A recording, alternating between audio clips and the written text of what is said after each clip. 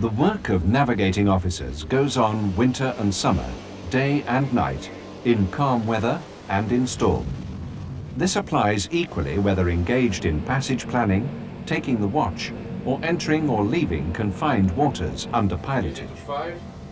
It is critical work, as over 80% of insured losses due to collision, grounding and contact damage are said to arise from human error.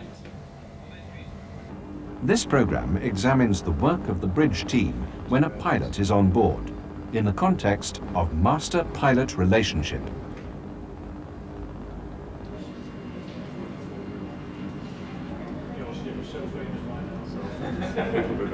The master has the responsibility for the safe and efficient navigation of the ship. Stop board engine, please. Stop board engine. When a pilot is on board, part of this responsibility is discharged through him. The effectiveness of this arrangement will depend on the relationship between the master and the pilot.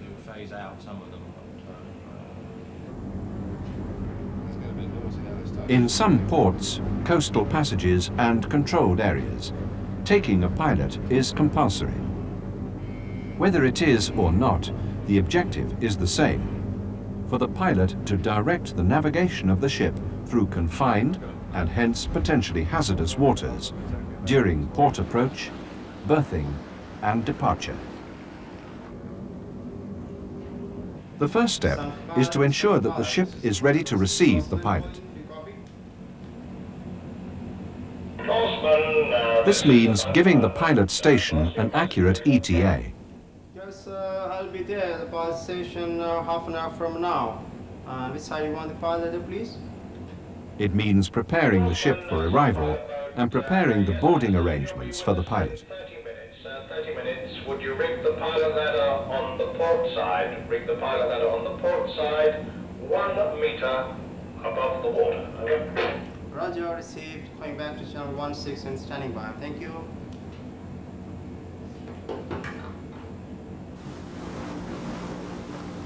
Pilots estimate that between 1 in 5 and 1 in 10 ships do not provide them with the proper means of boarding.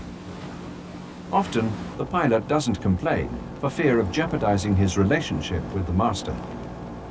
Nevertheless, the resentment lingers on, souring the relationship with the entire bridge team.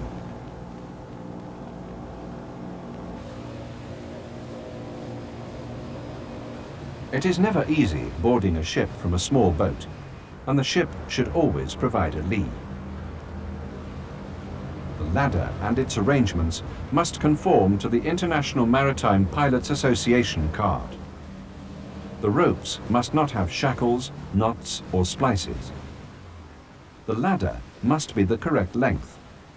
It is up to the ship to find out the height of the pilot launch to ensure this. The objective must be to make it as easy as possible for the pilot to board.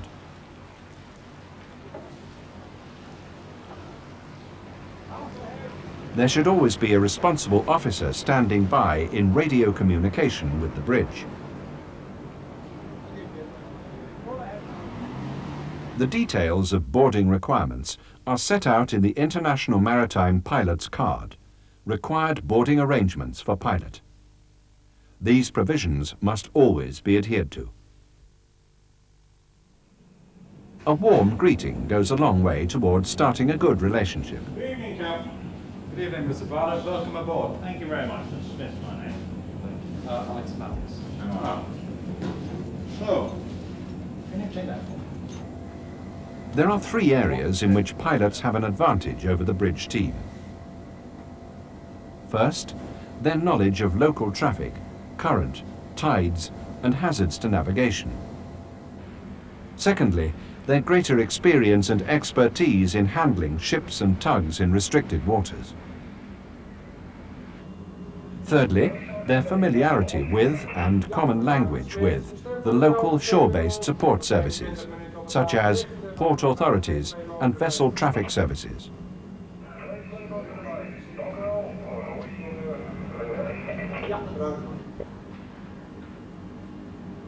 All pilots will be able to provide assistance in these areas, although, like ship's officers, their training, experience and personalities will vary. All these factors will play a part in how well they interact with the master and the bridge team.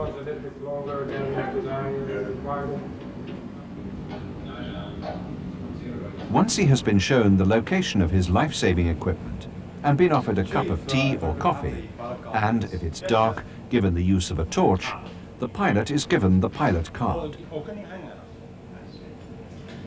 This gives him much of the information he requires on the ship, including its dimensions and the details of its engine and maneuvering characteristics. It may be that the pilot already knows some of this information from his pilotage forms or from previous voyages on the vessel. Nevertheless, the pilot card puts all the information in front of him as a reminder. Once he has checked the pilot card, he will want to know if there's any equipment that is not functioning or not up to specification. The pilot must be told the truth, otherwise he will assume that everything is as it should be. Come to 232. Stop to 232. It is better for the master to tell him now, rather than for the pilot to find out halfway through a maneuver that, for example, the bow thruster cannot deliver its full power. The pilot is a fellow professional, and in the first instance, merits your trust. Honesty is the best foundation for a good working relationship. In pilotage waters, margins of safety are reduced. At this most hazardous time, all too often the pilot is left on his own without anyone to assist him or monitor the ship's progress. Any master who lets this happen is failing in his responsibility for the safe navigation of his ship. He needs to make an effort to establish a good working relationship with the pilot. Crew are all ready, aren't they? They are, yes.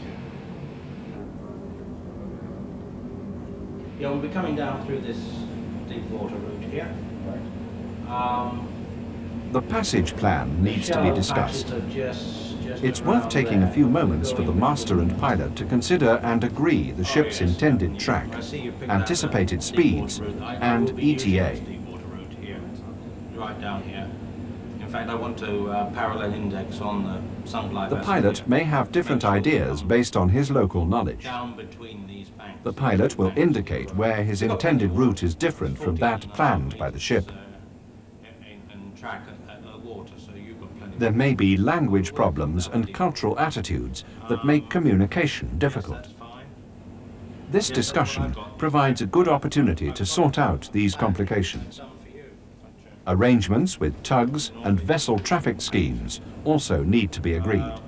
We'll come round for the start of that route. As a result of this discussion, the master will know what is planned to happen. He and the bridge team will then be able to monitor the progress of the passage. They will also have learned how well they're able to communicate with the pilot. At the very least, they will have agreed on the common navigational terms they will need to discuss the passage.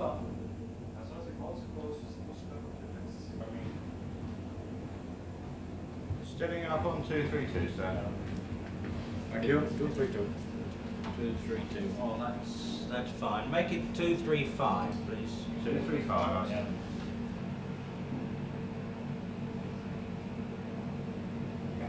Is there any particular radar you would like to use, Mr. Bond? That's the one with the alpha. Oh, yes. The master should always offer the pilot the choice of the ship's radars and inform him how they're set up. The pilot may want one of them set up to his own specifications. Once the pilot takes over the direction of navigation, the bridge team must support him as much as possible. The presence of the pilot does not relieve the watchkeeping officer of his duties. It is important for him to be aware of the ship's situation while the pilot is navigating the ship. To quote from the relevant IMO convention, despite the duties and obligations of a pilot, his presence on board does not relieve the master or officer in charge of the watch from their duties and obligations for the safety of the ship. The master and the pilot shall exchange information regarding navigational procedures, local conditions and ship's characteristics. The master and the officer of the watch shall cooperate closely with the pilot and maintain an accurate check on the ship's position and movements. This statement forms the basis for pilotage worldwide. 1 mile to the narrow, sir. In some circumstances, it may be helpful to call out positions or depths or approaches to wheel over positions to the master. Depth below keel 5 meters, sir. In crucial situations, the pilot will need all his concentration and may not want every piece of information shouted out to him, especially if he can see it for himself. Ask him if in doubt. What informing the pilots 8 hours in advance, that's the... It is likely that there will be language differences. The helmsman may not be able to understand the pilot's commands. The watch-keeping officer or master may have to translate to make sure that they're properly carried out. It is possible that the master will not understand what the pilot is saying to the tugs. He should ask for a translation if he feels it necessary. If the master and pilot have agreed the passage plan, the master will be able to monitor events much more effectively. He will also notice much sooner if things start to go wrong. Every master and watch-keeping officer should ask himself, if the pilot made a mistake, would I spot it? If the pilot were suddenly to collapse, would I be able to take over? Starboard engine turning astern. For them to be able to do so means that they must be constantly monitoring the progress of the ship and thinking ahead. The watch-keeping officer must continue to monitor the ship's position, take fixes, instruct the lookouts, in all ways supporting the pilot.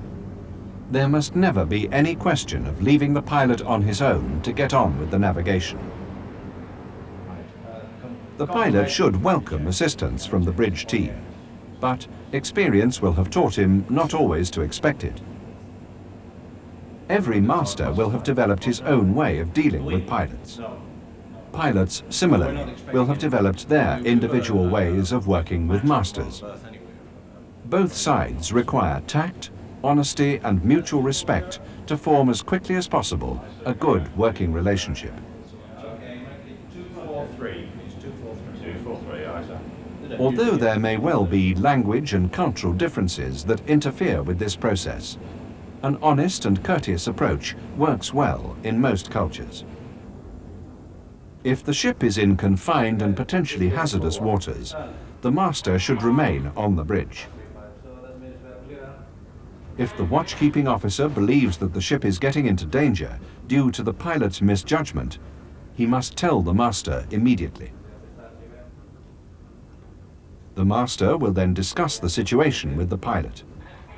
The master has the right to take over at any time. Okay, we go outside, starboard side. Such circumstances will be rare, but when they occur, the bridge team must be ready to take the appropriate action. They must know what is happening and be aware of the ship's intended track.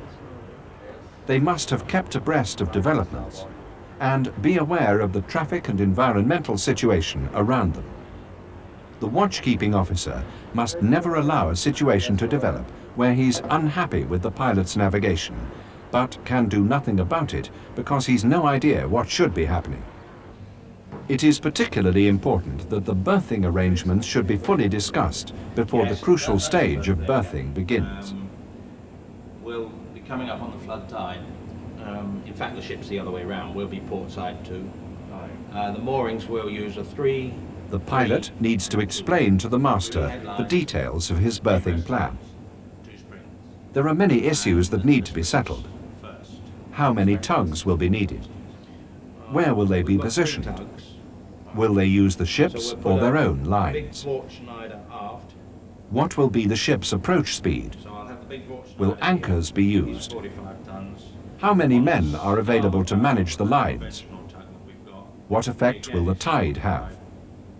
One particularly important issue is, who will operate the thrusters? If the master intends to do this himself, he must follow the pilot's instructions and resist any inclination to superimpose his own ideas. Many difficulties have been caused by masters attempting to help by altering the thrusters without telling the pilot. Such situations can be avoided if everyone is clear about the berthing arrangements. How many horsepower you got? It's 800, Mr. Bartlett. 800, oh fine, thank you. Pilots generally take great pride in their work. They're fellow professionals who, in the great majority, need the help and deserve the respect of the bridge team. They're also fellow human beings who respond well to being treated politely. It is essential for the safety of the ship that the bridge team remember that the presence of the pilot on the bridge does not relieve them of their responsibilities. Arrangements must be made for the pilot to board safely. The task of the pilot is to navigate the ship, and the task of the bridge team is to support him and monitor the ship's passage. Honesty is the best policy in dealing with the pilot. A good master-pilot relationship is the best basis for a safe passage through busy, confined, and perhaps hazardous waters. To form such a relationship quickly requires both sides to have mutual respect and to understand each other's point of view. Such a relationship is in the best interests of both sides. Further information and advice on the subject of pilotage can be found in the Nautical Institute's publications, Pilotage and Bridge Team Management.